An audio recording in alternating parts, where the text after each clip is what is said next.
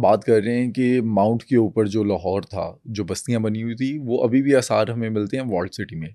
तो एक तरफ आप ये भी कह रहे हैं कि पुराना लाहौर जो है वो इचरा में भी उसके आसार नज़र आते हैं, तो ये फिर इचरा वाली साइड पे कैसे गए? देखिए, इचरा में जो आबादी है हाँ। जो थी, हम अगर ये कहते हैं कि इचरा दरअसल असल लाहौर है या पुराना लाहौर है, इस माउंट से भी पहले से, वो हम कहते हैं, जो मैं बार बार रेफरेंस दे रहा हूँ कॉमरेड तनवीर की किताब का जो उन्होंने लिखी है, वो ये कहते हैं कि हमारा सोर्स है रामायण या महाभारत। अच्छा। और रामायण और महाभारत एक्चुअली दो कदीम किताबें तो यही है ना हमारे पास, जहाँ से हमें ये पता चलता है कि महमूद बूटी जो हमारा इलाका है वहाँ पे कौरवों और पांडवों की लड़ाई हुई थी। अच्छा। ये हमें इन्हीं किताबों से पता चलता है। इन देखना ही होता है ना कि आपके पास ऑथेंटिक और कदीम तरीन सोर्स कौन सा है। तो जो कदीम तरीन सोर्स है हमारे पास वो है या रामायण या महाभारत। उनके मुताबिक जो इचरे का इलाका है उसमें सियालकोट में एक राजा थे, राजा शल, जिन्होंने कला बनाया शालकोट। उनके यहाँ दो बीवियाँ थी उनकी, एक का नाम था रानी इचरा और एक का नाम था रानी लूना। रानी इचरा के यहाँ एक बेटा पैदा हुआ जिनका नाम था पूरन। कुंडली जो निकाली गई तो ज्योतिषियों ने यह कहा कि आप 12 बरस तक अपने बच्चे की शक्ल नहीं देखेंगे। उसकी क्या वजह?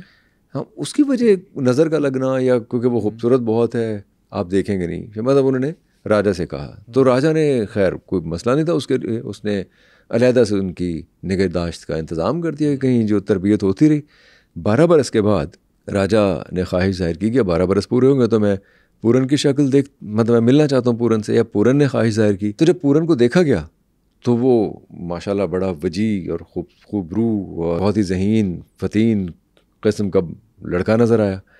तो राजा बहुत खुश हुए। उसने खैर अपनी माँ से भी मिलने की ख्वाहिश जाहिर की और पहले ये बल्कि सोचा कि मुझे अपनी सौतेली माँ यानी कि रानी लूना से मिलना चाहिए। अब वो पहले रानी लूना से मिलने के लिए गया। कहते हैं जो किस्सा है कि वो रानी लूना, उसकी सौतेली माँ उस पर फ़रेफ्ता हो गई। अच्छा। और वो उससे कुछ बदकारी करना चाहती थी, जो कि जाहिर है ये इस बच्चे ने अपने आप को छुड़वाया वहाँ से, उससे जान छुड़वाई और चला गया। और रानी लूना ने राजा शल को शिकायत कर दी पूरन की। राजा शल को गुस्सा आया कि इसे शायद घमंड है अपने हुस्न पे, अपनी वजाहत पे, और ये उसने उसे एक कुएं में लटका दिया। तो बहुत लंबे अरसे तक वो उस कुएं में लटका रहा।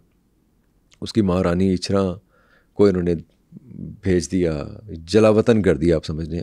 और जहाँ जलावतन किया, उस ज़माने में ज़ाहिर है ये सब एक दूर उफ्तादा इलाका था सारे का सारा। अब सियालकोट का फ़र्क उस ज़माने में आप देख लीजिए लाहौर से। तो जिस जगह उसको भेजा गया, रानी इचरा ने जहाँ डेरा लगाया, वो जगह इचरा बनी। एक तो ये बात रानी इचरा से। दूसरा, वहाँ से कुछ जोगी गुजर रहे थे, ये वही जोगी जो टिल्ला जोगियाँ वाले जोगी हैं। उन्होंने उसके रोने की आवाज़ सुनी बच्चे की, उसको निकाला बाहर, कुएं से बाहर निकाला। तो वो ज़ाहिर अपने साथ ले गए और वो जोगी बन गए और अपने आप को उन्होंने त्याग दिया ज़माने को।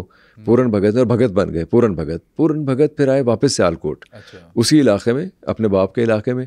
उन्हीं दिनों उनका वालिद और रानी लूना, जिनके यहाँ कोई बच्चा नहीं था, वो बच्चा हासिल करने के लिए कोई चढ़ावे चढ़ाने या उनसे मन्नत मांगने के लिए पूरन भगत ही के पास गए।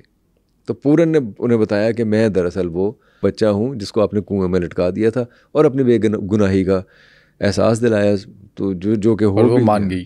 ज़ाहिर है वो मान गई। हाँ, रानी लूना मान गई कि मेरी गलती थी, मैंने ये जुल्म किया था, जिसमें माफ़ कर दिया। और पूरन भगत फिर अपनी माँ से मिलने के लिए इचरा आए। तो रानी इचरा पहले ही यहाँ पे मौजूद थी, तो इचरा से ये नाम इचरा पड़ा। ये कॉमरेड ये कहानी लिखते हैं, और ये कहानी कॉमरेड नहीं लिखते, ये महाभारत से ली है उन्होंने कहानी। अच्छा।